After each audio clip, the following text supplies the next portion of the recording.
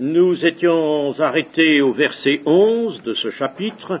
Nous reprenons la lecture au verset 12.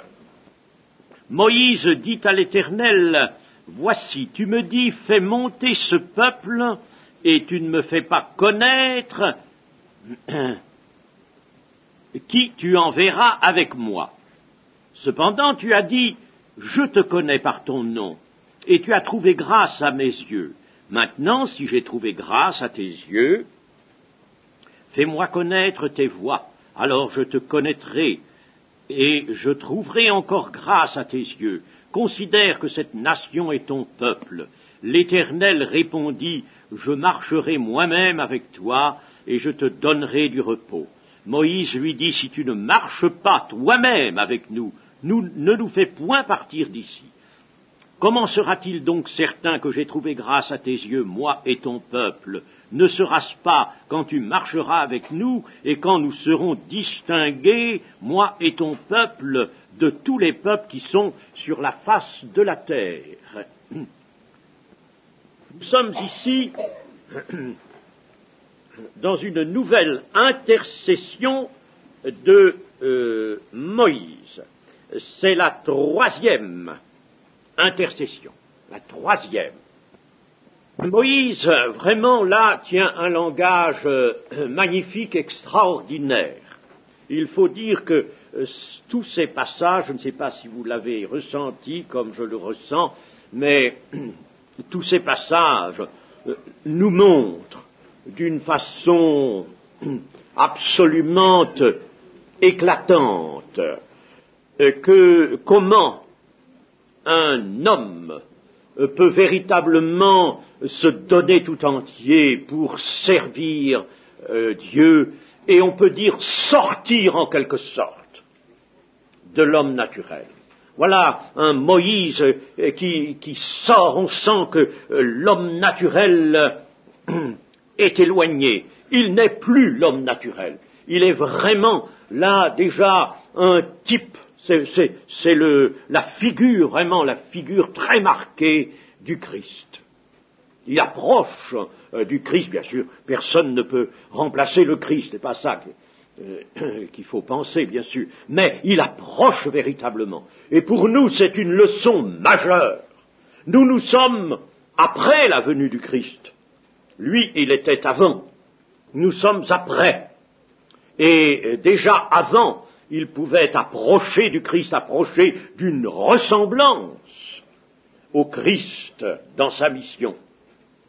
Et nous, après, c'est ce que Dieu attend de nous, que nous approchions du Christ.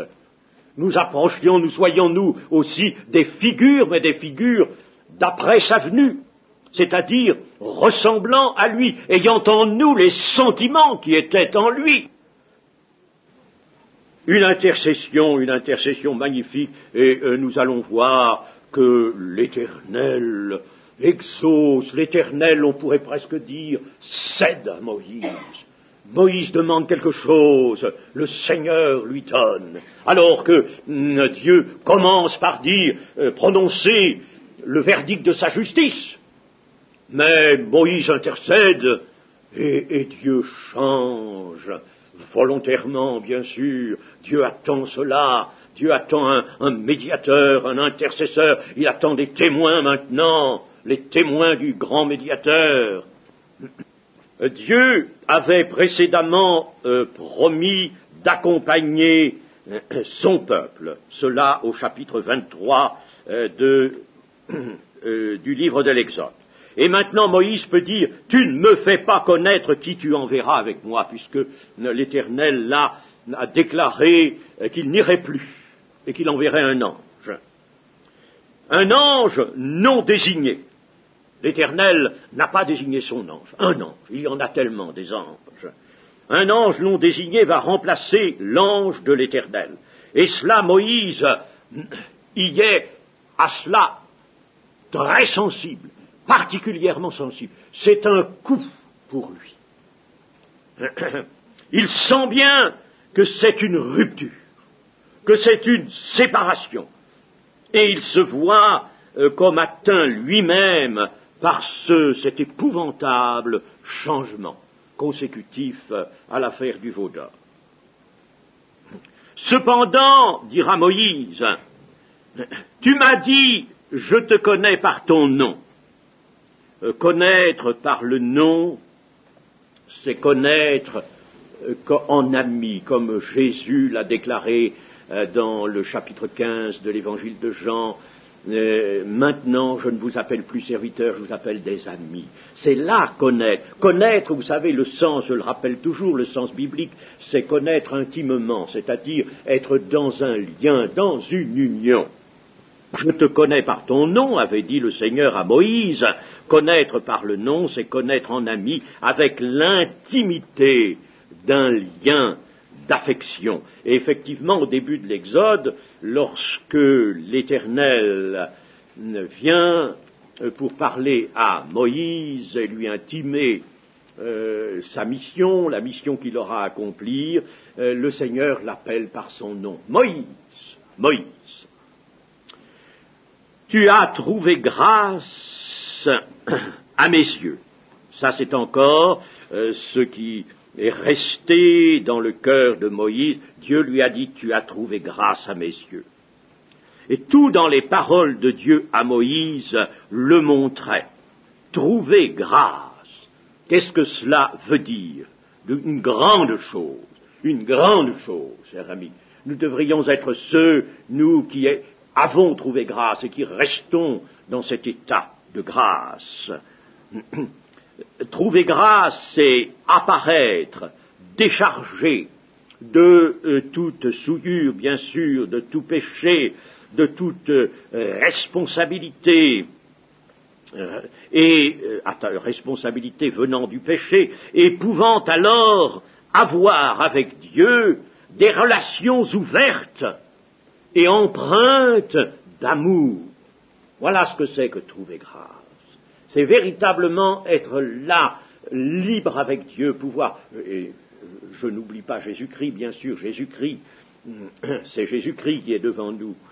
Eh bien, et c'est à travers Jésus-Christ que nous allons au Père et que nous connaissons le Père.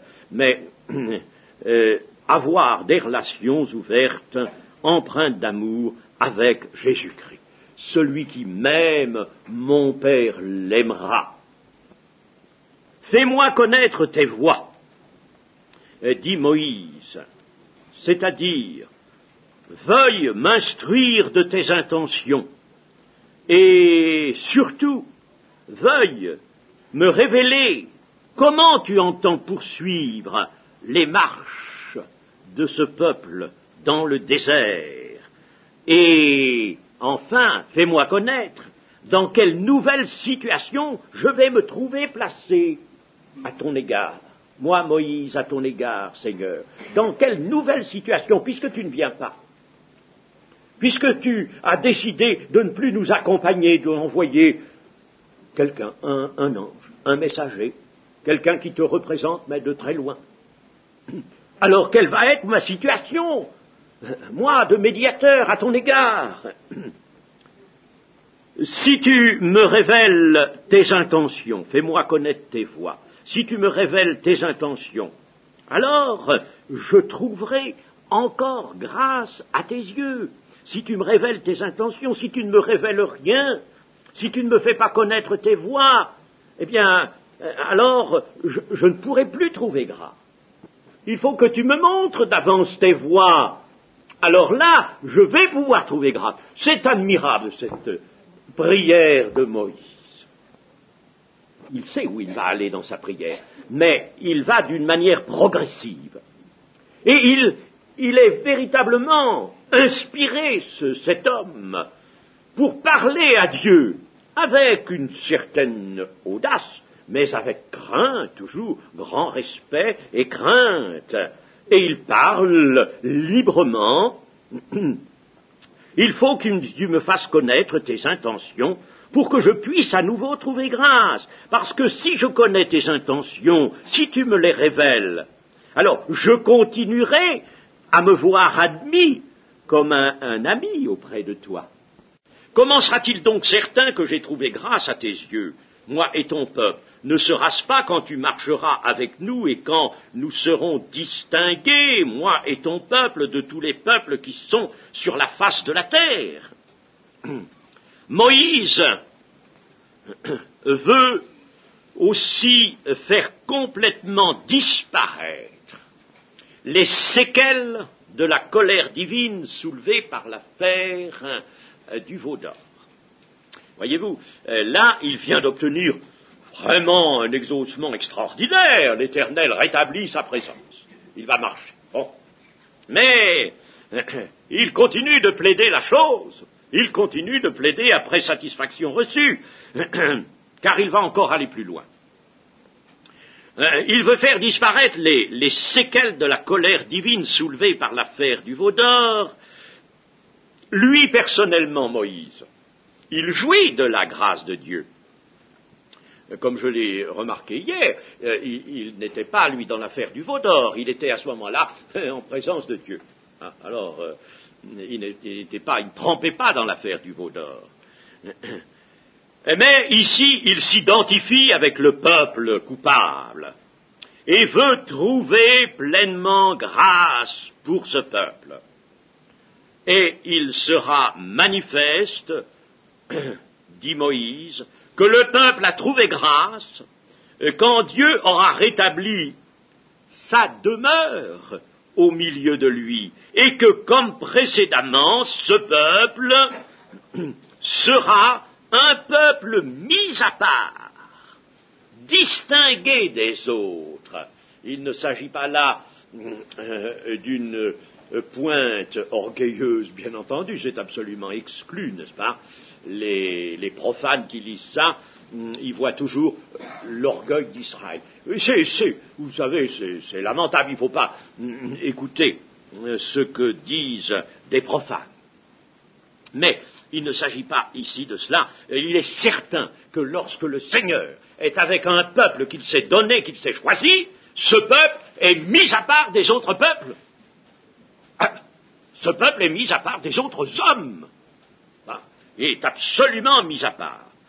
Alors, il est distingué des autres, et c'est ce que Moïse sait si bien qu'il le rappelle ici. Seigneur, il faut que ton peuple soit vraiment un peuple distingué des autres, mis à part des autres, parce que tu es là, parce que tu es en son milieu, parce que tu le prends pour ton peuple. Alors il est distingué des autres.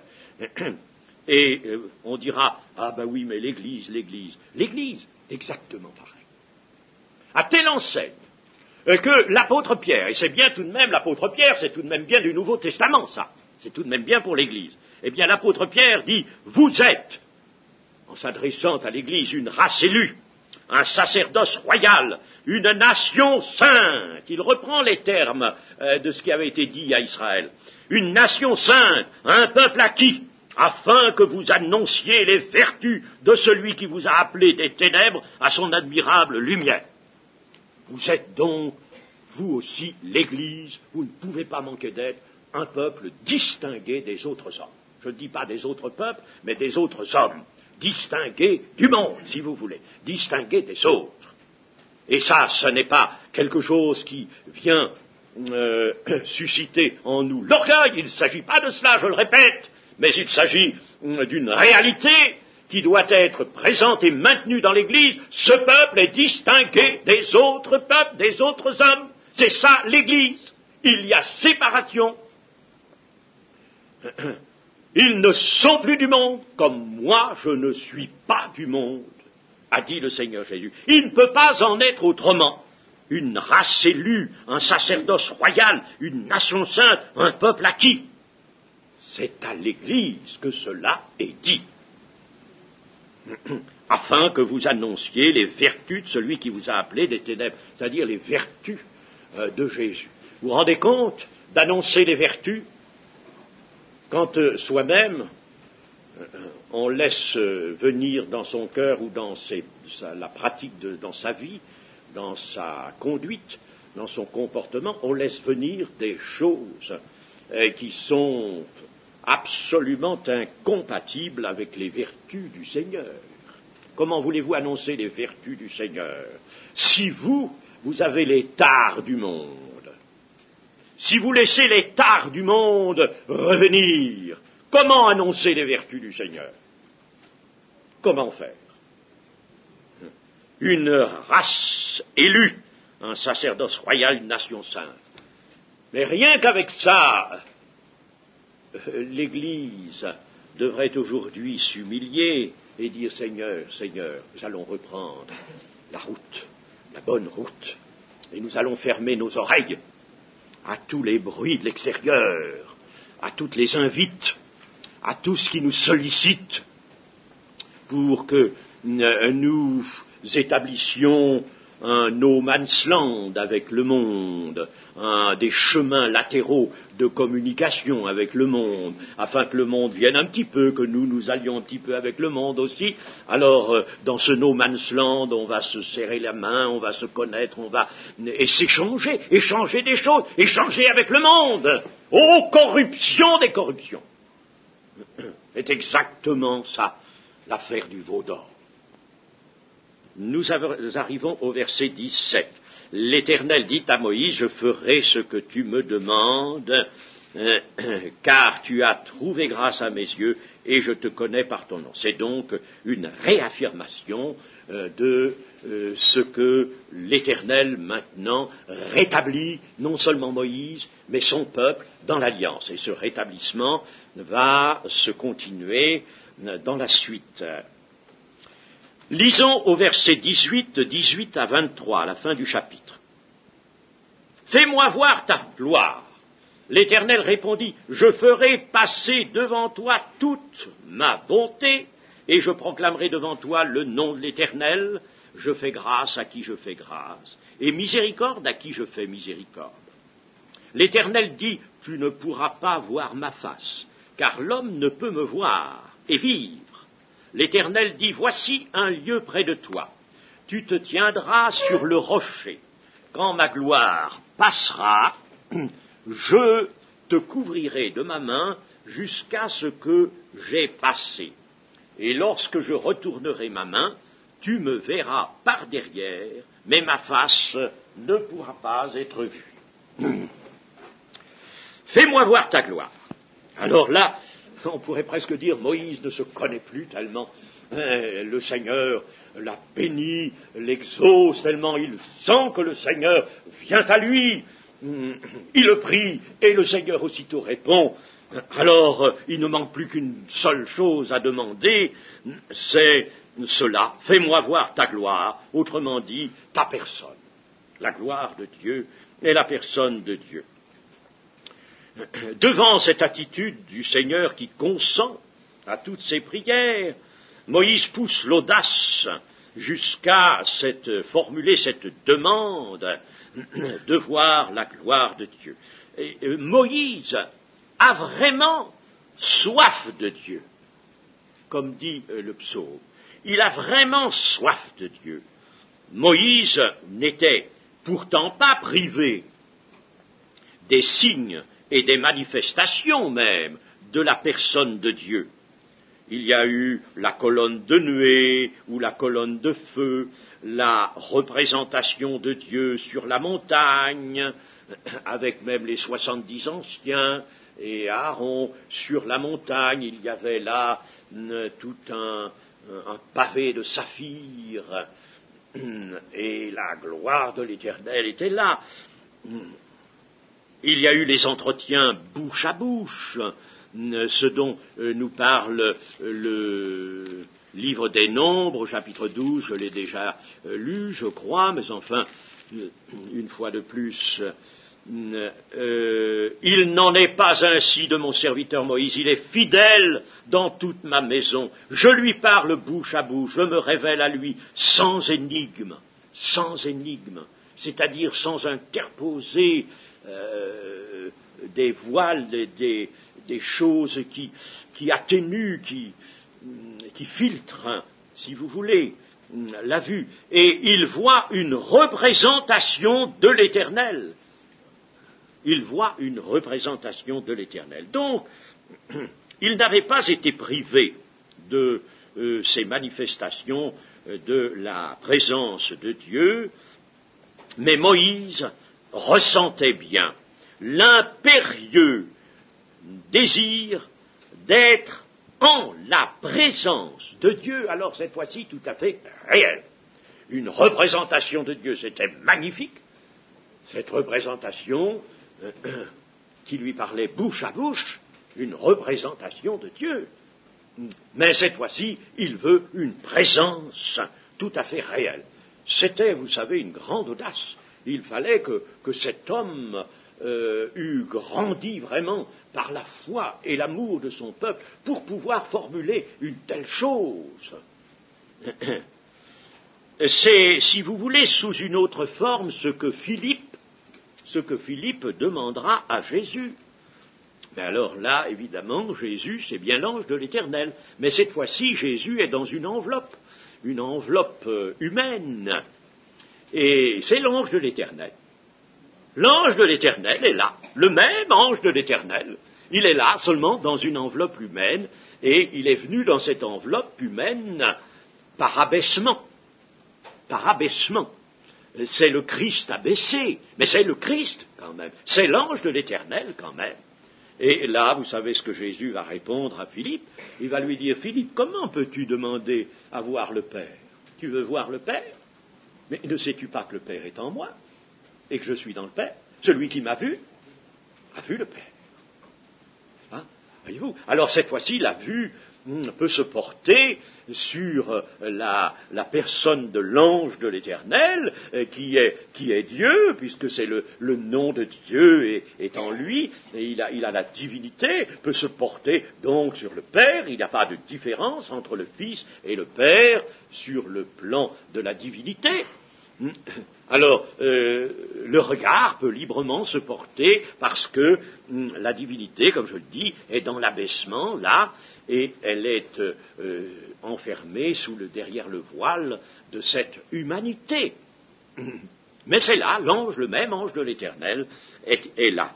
Seulement, là, dans l'affaire de Moïse, il est certain que le voile de la chair n'était pas encore là, et l'ange de l'Éternel était donc dans la plénitude de sa gloire. Il était dans cette gloire, Jésus, la gloire que j'avais auprès de toi, quand le monde fut créé, cette gloire qu'il a retrouvée maintenant, il était dans toute sa gloire à ce moment-là. Je ferai, alors le Seigneur répond, je ferai passer devant toi toute ma bonté, et je proclamerai devant toi le nom de l'Éternel. Je fais grâce à qui je fais grâce, et miséricorde à qui je fais miséricorde. En somme, Dieu veut encore satisfaire Moïse. Voyez, il ne veut vraiment pas interposer un refus. Le Seigneur ne veut pas. L'Esprit a conduit tout cela. Et Dieu va donc, on dirait que Dieu, en somme, recule devant les prétentions de Moïse, les demandes. Seulement, ce sont des prétentions inspirées. Vraiment, c'est un cœur qui est là, tout flambant de l'Esprit, n'est-ce pas? Et tout ce qu'il dit a la marque merveilleuse de la vérité et de la sainteté. Alors Dieu cède. Alors, je ferai passer devant toi. Entendu, il ne dit pas ma gloire, mais il dit ma bonté. Et je proclamerai devant toi le nom de l'Éternel. En somme, Dieu accorde à Moïse le maximum possible, compte tenu de ce qu'un homme peut supporter sur la terre. Moïse est encore dans l'enveloppe de l'homme. Toute ma bonté, c'est-à-dire que ce n'est pas tout à fait ce que Moïse a demandé et désire. Dieu lui accorde donc un exaucement qui va loin dans le sens de la demande et qui va bien être une approche et un passage de l'Éternel tout près de lui, mais il ne laissera pas apercevoir sa face, c'est-à-dire qu'il ne se laissera apercevoir que dans la mesure où cela est compatible avec la condition de l'homme, et il se montrera sous l'action d'une proclamation de sa bonté. C'est pourquoi le Seigneur dit « Je ferai passer devant toi toute ma bonté ». Du côté de la vue, il donnera quelque chose, mais il va surtout parler en passant près de Moïse et parler lui-même. Lui-même. L'Éternel vient là, est là, l'Éternel, l'ange de l'Éternel est là, et va parler là lui-même. La bonté est ce qui forme le fond des relations de Dieu avec les hommes. C'est pourquoi je ferai passer toute ma bonté devant toi. Tu ne pourras pas voir ma face.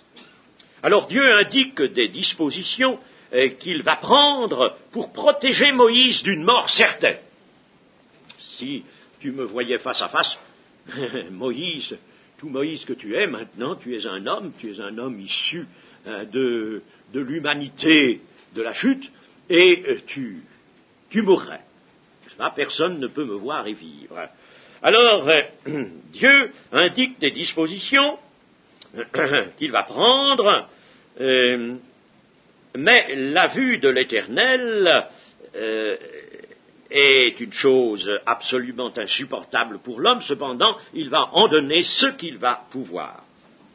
Les anges, eux, voient la face de Dieu, et pour l'homme, il faudra attendre la résurrection en un corps céleste et spirituel pour voir Dieu. L'apôtre Jean, lui, qui connaissait bien la personne de Jésus tant que Jésus n'était pas ressuscité, l'apôtre Jean tombe comme mort à la vue du Seigneur Jésus glorifié, dans le chapitre 1er de l'Apocalypse. Alors le Seigneur dit, voici un lieu près de moi, tu te tiendras sur le rocher, là. Et quand la gloire passera, je te mettrai dans un creux du rocher, et je te couvrirai de ma main jusqu'à ce que j'aie passé. Je te mettrai dans un creux du rocher. C'est Dieu lui-même qui mettra Moïse dans le creux du rocher. C'est pas Moïse qui va se blottir là, à la commande de Dieu, c'est Dieu qui va le mettre. Et ce devait être un creux, une fente étroite, bien étroite. Alors, je ne sais pas comment Dieu a fait, mais il a mis Moïse lui-même dans le creux de ce rocher. Et cela nous montre, il y a là une pensée, bien sûr, que c'est Dieu, c'est toujours Dieu, qui met l'homme qu'il cherche, sous la protection de Jésus. Sous la protection de Jésus, son Fils, afin de n'être pas, pour cet homme, le feu qui dévore. Sous la protection de Jésus. Et c'est Dieu qui le fait. Et pourquoi ici, nous voyons aussi, n'est-ce pas, que l'Éternel met Moïse dans le creux du rocher. Et nous avons, au sujet du creux du rocher, quelques textes à consulter, parce que de cette circonstance-là est née en Israël la pensée qu'il y a un creux de rocher ou un rocher qui présente une cache et qui est là la protection que Dieu accorde à l'homme. Alors voyons ces quelques textes, et ça vient de cette circonstance-là. Prenons le psaume 31:3. Incline vers moi ton oreille, hâte-toi de me secourir, sois pour moi un rocher protecteur, une forteresse où je trouve mon salut. Voyez-vous, il y a en somme le rocher sur lequel aussi l'homme, le psalmiste peut désirer être placé. Il est bien là sur le rocher de Dieu, sur un point d'appui ferme, le rocher des siècles. C'est une autre utilisation de cette image qu'est celle du rocher. Mais là, je cite particulièrement ces images qui sont empruntées au fait que Moïse a été mis dans le creux du rocher, un rocher protecteur, où je trouve mon salut. Moïse y a trouvé son salut, si vous voulez, en ce sens qu'il n'a pas été mis à mort, foudroyé par le passage de l'Éternel. Et puis, le psaume 71, 3, 71, 3, « Sois pour moi un rocher qui me serve d'asile, où je puisse toujours me retirer, car tu as résolu de me sauver, car tu es mon rocher et ma forteresse. » Un rocher qui me serve d'asile. Et pourquoi le psalmiste dit-il ça? Parce que Dieu a résolu de le sauver. Il faut donc être dans ce rocher. Il faut être dans ce rocher protecteur, dans ce creux du rocher. Dans le psaume 94, 22. « Mais l'Éternel est ma retraite, mon Dieu est le rocher de mon refuge. » Ma retraite, mon refuge, le rocher de mon refuge. Le rocher dans lequel je n'ai plus rien à craindre. L'Éternel est là alors pour moi, le Dieu qui passe avec toute sa bonté, fait passer sa bonté, mais le Seigneur ne me foudroie pas. Vous savez qu'en Israël, ils savaient très bien que voir Dieu, c'était mourir. Et puis, dans Ésaïe 17, verset 10, « Car tu as oublié le Dieu de ton salut. Tu ne t'es pas souvenu du rocher de ton refuge. Aussi tu as fait des plantations d'agréments. Tu as planté des ceps étrangers. Lorsque tu les plantas, tu les entouras d'une haie, et bientôt tu les fis venir en fleurs. Mais la récolte a fui au moment de la jouissance, et la douleur est sans remède. » Mais ça mériterait d'être prêché dans l'Église, vous savez. Ça mériterait d'être prêché aujourd'hui, ça. Tu as oublié le Dieu de ton salut, tu ne t'es pas souvenu du rocher de ton refuge, ce rocher protecteur dans lequel il faut que tu restes, ce creux du rocher, Jésus-Christ, qui est ton rocher protecteur. Alors tu as voulu faire des plantations d'agréments, eh oui, c'est ce qu'on fait aussi, nous, des plantations d'agréments, n'est-ce pas? Et puis, tu as planté des ceps étrangers, des ceps qui ne provenaient pas du vrai cep. C'est un peu comme le feu étranger, ça, de Nadab et Abihu. Tu as pris des ceps étrangers, alors tu as voulu faire toi-même ta plantation, tu as voulu avoir ta vigne toi-même, ta vigne. Oui, ben tu en as fait une, oui, tu as mis une haie aussi, oui, pour la protéger, et bientôt, tu as vu les fleurs venir. Mais la récolte, rien. La récolte a fui au moment où tu croyais en jouir, au moment où tu croyais l'avoir, la récolte, rien du tout. Aucun fruit, pas de fruits, mes amis. Oh, je ne sais pas moi, la parole de Dieu est pourtant claire. Elle nous parle, vous voyez, n'est-ce pas, sans embâche, et la douleur est sans remède. Quand on a fait ces choses, qu'on a voulu planter soi-même, on a voulu arranger les choses soi-même, qu'on a voulu faire une église à soi-même, selon sa conception à soi, avec toutes sortes de manifestations ou d'agréments, si je puis dire, à soi, eh bien, oui, on peut arriver à avoir un semblant d'église, un semblant de vigne, mais la récolte est nulle. Absolument nul. Et comme la récolte est nulle, il y a de la douleur. Une douleur qui est sans remède. Mes amis, la fidélité. Et nous arrivons à la fin de notre chapitre. Nous parlerons simplement de ceci, tu me verras par derrière. Moïse doit donc voir l'Éternel par derrière, c'est-à-dire de dos, dirons-nous, comme il ne l'a jamais vu. Il n'a jamais vu cela. Ce n'est plus ici une représentation de l'Éternel parlant bouche à bouche, mais c'est l'Éternel lui-même. Voilà ce que la Bible nous montre. Voilà comment, n'est-ce pas, nous pouvons rendre compte de la Bible. Il y a là une mise en présence de Moïse de toute la réalité de la personne divine, avec la seule restriction que la face de l'Éternel, notamment le regard. Dans la face, il y a le regard. Notamment le regard est soustraite à la vue de Moïse. Alors il y a là, certes, un grand mystère. Nous ne pouvons pas aller bien loin dans l'idée que nous nous faisons de la personne de Dieu. Mais attention, ceux qui s'arrêtent simplement à ceci, Dieu est esprit, en tirant la conclusion, Dieu est immatériel, c'est-à-dire que, en somme, il n'y a pas de personne de Dieu, ceux-là interprètent la Bible et ne rendent pas compte de toute la Bible. Il ne nous est pas dit que Dieu a un corps, mais il nous est dit que la personne de Dieu est localisée, elle habite, dit Paul lui-même, un lieu, une lumière inaccessible. La personne de Dieu, la personne du Père, la personne du Fils, ces personnes qui forment la Trinité sont quand même à distinguer de la personne du Saint-Esprit, qui lui, alors, est purement, évidemment, immatériel.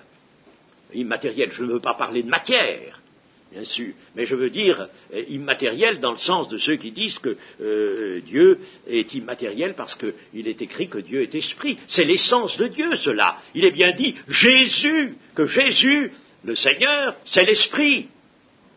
Le Seigneur, c'est l'esprit, nous dit Paul. Et cependant, nous savons que Jésus a un corps. Mais bien sûr, le Seigneur est aussi au milieu de nous, il est l'esprit. C'est vrai. Et c'est l'essence, il partage avec le Père l'essence divine, il est l'esprit.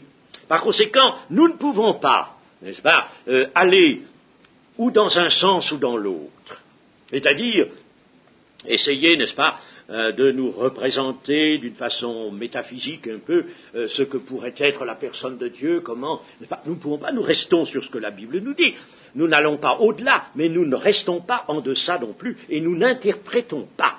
La personne de Dieu est une personne, simplement, moi je dis, localisée. C'est-à-dire que la personne de Dieu a un lieu où elle se tient. Alors, comment est-elle? Je ne sais pas. Mais tout ce que je peux vous dire, c'est que il y a un temps où Dieu sera vu comme les anges voient continuellement la face de mon Père qui est dans les cieux. Alors, qu'est-ce que ça veut dire? Ça, c'est Jésus qui l'a dit, ça. Eh bien, pour nous, il est dit ceci. Aujourd'hui, nous voyons au moyen d'un miroir, d'une manière obscure. C'est vrai. Voyons, n'est-ce pas, d'une manière obscure. Mais alors, quand nous serons ressuscités, quand nous serons, que tout sera accompli, n'est-ce pas, que nous serons avec le Seigneur, alors nous verrons face à face. C'est dans le Nouveau Testament. Nous verrons face à face. Aujourd'hui, je connais en partie, partiellement, mais alors, à ce moment-là, je connaîtrai comme j'ai été connu. Vous voyez, par conséquent, n'est-ce pas, que tout cela, il faut en rendre compte, et il ne faut pas s'aventurer dans des interprétations qui sentent d'ailleurs le rationalisme. Quand quelqu'un dit « le Seigneur est esprit », ça veut dire « il n'y a rien de, absolument rien de visible, rien qui puisse se voir, pas, de la personne de Dieu, rien. » Eh bien ça, c'est pas vrai. Par conséquent, actuellement, il y a un grand mystère. Nous voyons d'une manière obscure. Alors là, il y a un voile. Mais nous savons que nous verrons face à face. C'est vrai ou c'est pas vrai? C'est dit. Pas moi qui l'invente, c'est écrit. Nous verrons face à face. Dieu sera pour toujours avec les hommes. Voilà. Et par conséquent, cette pensée-là, moi je la garde précieusement telle qu'elle est dite, sans rien changer, absolument rien. Notre Bible est un langage que Dieu nous tient par amour pour nous et pour notre salut. Amen.